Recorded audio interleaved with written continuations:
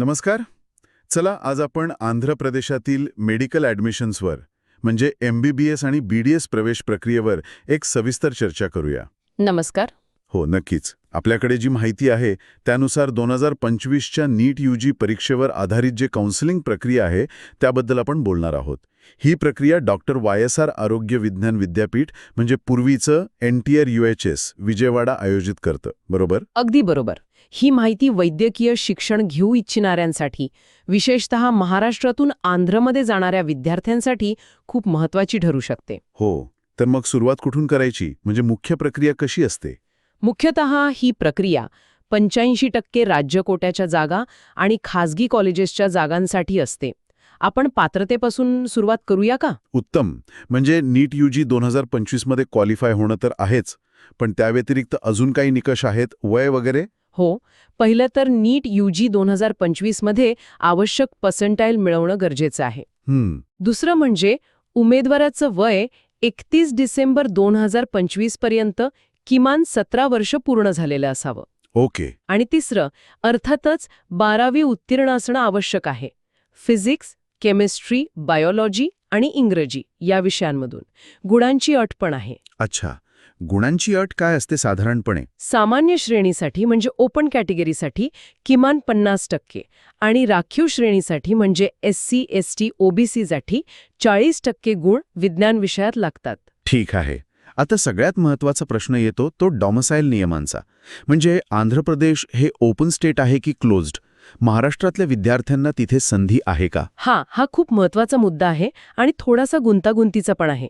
बघा, खासगी वैद्यकीय महाविद्यालयांमधल्या ज्या मॅनेजमेंट कोटा जागा आहेत त्यासाठी आंध्र प्रदेश हे ओपन स्टेट आहे. अच्छा. म्हणजे महाराष्ट्रासह इतर कुठल्याही राज्यातले विद्यार्थी या मॅनेजमेंट कोटा जागांसाठी अर्ज करू शकतात. ओके. पण मग ज्या कन्व्हेनर कोटा जागा आहेत त्यांचं काय? बरोबर.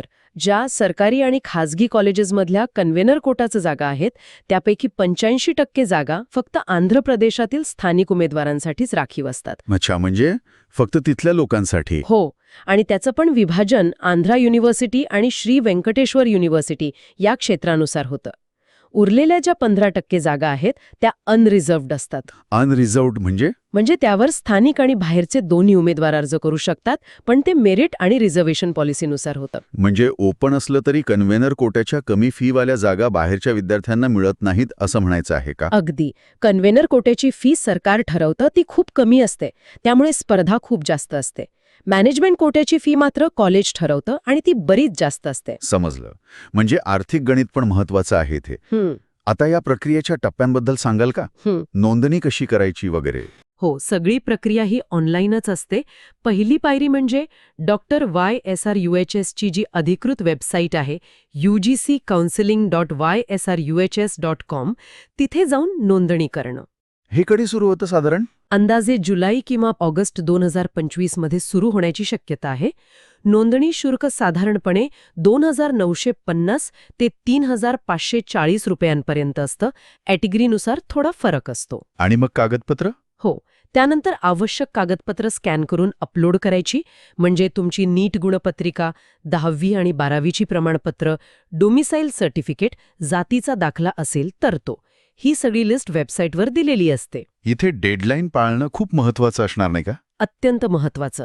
त्यामुळे वेबसाईट नियमितपणे तपासणं गरजेचं आहे. कागदपत्र अपलोड झाल्यावर युनिव्हर्सिटी सगळं व्हेरीफाय करते आणि मग तात्पुरती आणि अंतिम गुणवत्ता यादी म्हणजे मेरिट लिस्ट जाहीर करते. आणि या मेरिट लिस्ट नंतर मग चॉईस फिलिंग? बरोबर. मग येते सगळ्यात महत्वाची पायरी, चॉईस फिलिंग आणि लॉकिंग. इथे विद्यार्थ्यांना त्यांच्या पसंतीची कॉलेजेस आणि कोर्सेस निवडायचे असतात. इथे काय काळजी घ्यावी लागते? काय चुका टाळाव्यात?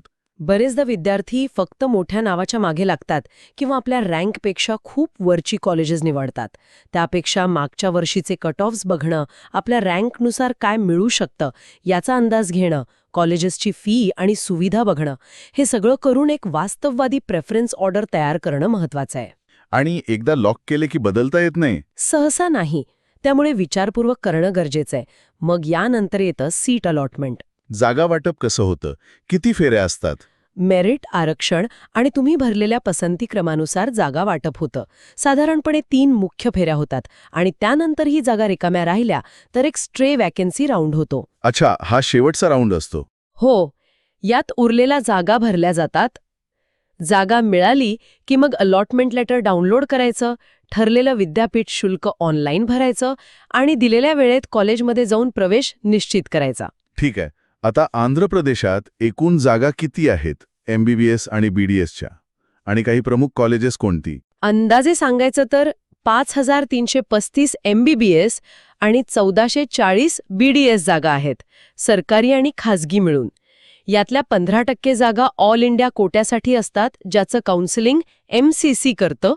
उरलेल्या 85% जागा राज्य कोट्याच्या असतात, ज्या YSRUH मार्फत भरल्या जातात. आणि कॉलेजेस, सरकारी आणि खाजगी दोन्ही? सरकारीमध्ये आंध्र मेडिकल कॉलेज, विशाखापट्टणम हे खूप जुनं आणि प्रसिद्ध आहे. मग Kurnool medical college, Guntur medical college, तिरुपतीचं SV मेडिकल कॉलेज हे पण टॉप कॉलेजेस आहेत. खाजगीमध्ये Narayana medical college Nellore, PES institute Kuppam, Alluri Sitarama Raju academy Eluru यांची नावं घेता येतील. आणि आयुष कोर्सेसचं काय, म्हणजे BMS, BHMS? हो, त्यांचंही काउन्सिलिंग YSRUHS मार्फतच होतं आणि त्यासाठी सुद्धा नीट पात्रता आवश्यक आहे. आता एक वेगळा मुद्दा, आंध्र प्रदेशातील विद्यार्थी महाराष्ट्रात का येतात आणि महाराष्ट्रातील विद्यार्थी आंध्र प्रदेशात का जातात? काही कारणं आहेत का यामागे? हो, आहेत ना. आता आंध्र प्रदेश खाजगी कॉलेजेससाठी ओपन स्टेट आहे, मॅनेजमेंट कोट्यासाठी. त्यामुळे महाराष्ट्रात ज्यांना चांगले गुण असूनही सरकारी कॉलेज मिळत नाही किंवा डीम्ड युनिव्हर्सिटीची फी परवडत नाही, असे काही विद्यार्थी आंध्राच्या चांगल्या खाजगी कॉलेजेसचा पर्याय बघू शकतात. अच्छा.